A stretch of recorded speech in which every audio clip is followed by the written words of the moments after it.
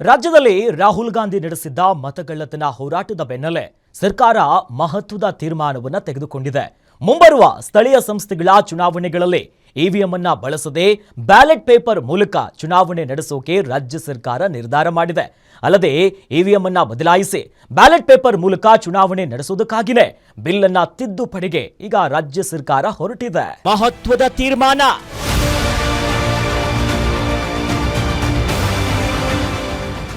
ರಾಹುಲ್ ಗಾಂಧಿಯವರ ವೋಟ್ ಅಧಿಕಾರ ರ್ಯಾಲಿಗೆ ಪೂರಕವಾಗುವಂತೆ ರಾಜ್ಯ ಸರ್ಕಾರ ಮಹತ್ವದ ತೀರ್ಮಾನ ಕೈಗೊಂಡಿದೆ. ಮುಂದೆ ಬರುವ ಸ್ಥಳೀಯ ಸಂಸ್ಥೆಗಳ ಚುನಾವಣೆಯಲ್ಲಿ ಇವಿಎಂ ಬಳಸದಿರಲು ಬ್ಯಾಲೆಟ್ ಪೇಪರ್ ಮೂಲಕ ಚುನಾವಣೆಯನ್ನ ನಡೆಸಲು ಅನುವಾಗುವಂತೆ ಕಾನೂನಿಗೆ ತಿದ್ದುಪಡಿ ತರಲು ಸಂಪುಟ ಸಭೆಯಲ್ಲಿ ತೀರ್ಮಾನ ಮಾಡಲಾಗಿದೆ. ರಾಜ್ಯದಲ್ಲಿ ನಡೆದಿದ್ದ ಮತಕಳ್ಳತನ ಹೋರಾಟದ ಬಗ್ಗೆ ಸಚಿವ ಸಂಪುಟ ಸಭೆಯಲ್ಲಿ ಚರ್ಚೆ ನಡೆಸಲಾಗಿದ್ದು, ಸಿಎಂ ಸಿದ್ದರಾಮಯ್ಯ ರಾಹುಲ್ ಗಾಂಧಿಯವರ ಹೋರಾಟಕ್ಕೆ ಬೆಂಬಲವಾಗಿ ನಿಲ್ಲಬೇಕು.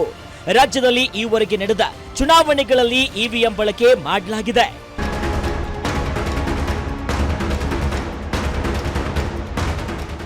ಕಾಂಗ್ರೆಸ್ ಮೊದಲಿನಿಂದಲೂ ಇವಿಎಂ ಮತದಾನವನ್ನ ವಿರೋಧ ಮಾಡಿಕೊಂಡು ಬಂದಿದೆ.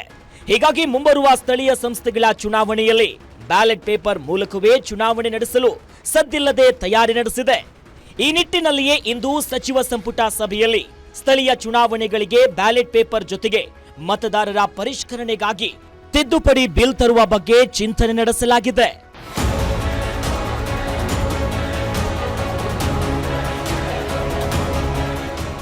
ಗ್ರೇಟರ್ ಬೆಂಗಳೂರು ಚುನಾವಣೆಗೆ ರಾಜ್ಯ ಕಾಂಗ್ರೆಸ್ ಸರ್ಕಾರ ಮುಂದಾಗುತ್ತಿದೆ.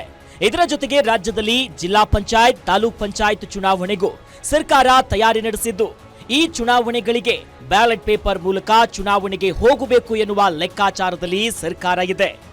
ಲೋಕಲ್ ಬಾಡಿ ಎಲೆಕ್ಷನ್ ರಾಜ್ಯ ಚುನಾವಣಾ ಆಯೋಗದ ವ್ಯಾಪ್ತಿಗೆ ಬರುವುದರಿಂದ ರಾಜ್ಯ ಸರ್ಕಾರವೇ ಕಾನೂನಿಗೆ ತಿದ್ದುಪಡಿ ತರಬಹುದು.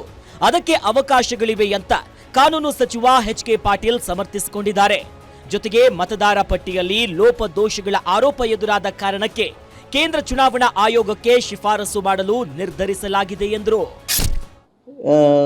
ಎಲ್ಲಿ ಕೊರತೆ ಆತ ಅನ್ನೋದನ್ನು ಗಮನಿಸಿ ಜನರ ಮನಸ್ಥಿತಿಯನ್ನು ಹಾಗೂ ಅಭಿಪ್ರಾಯದ ಹಿನ್ನೆಲೆಯೊಳಗೆ ನಾವು ಇವಿಎಂ ಬದಲಿ ಅದು ಮತಪತ್ರದ ಮೂಲಕ ಬ್ಯಾಲೆಟ್ ಮೂಲಕ ಚುನಾವಣೆ ಆಗಬೇಕನ್ನುವಂಥ ಉದ್ದೇಶವೇ ನಾವು ಇವತ್ತು ರಾಜ್ಯ ಸಚಿವ ಸಂಪುಟದಲ್ಲಿ ಮಾಡಿರ್ತಕ್ಕಂಥ ನಿರ್ಣಯದ ಹಿನ್ನೆಲೆ.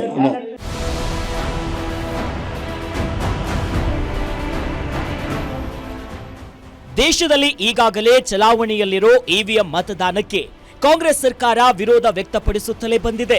ಅಲ್ಲದೆ ಬಿಹಾರ ಚುನಾವಣೆಯಲ್ಲಿ ರಾಹುಲ್ ಗಾಂಧಿ ವೋಟ್ ಅಧಿಕಾರ ಯಾತ್ರೆ ನಡೆಸ್ತಾ ಇದ್ದು, ಬಿಹಾರ ಚುನಾವಣೆಯ ಮೇಲೆ ಕೈ ನಾಯಕರು ಕಣ್ಣಿಟ್ಟಿದ್ದಾರೆ.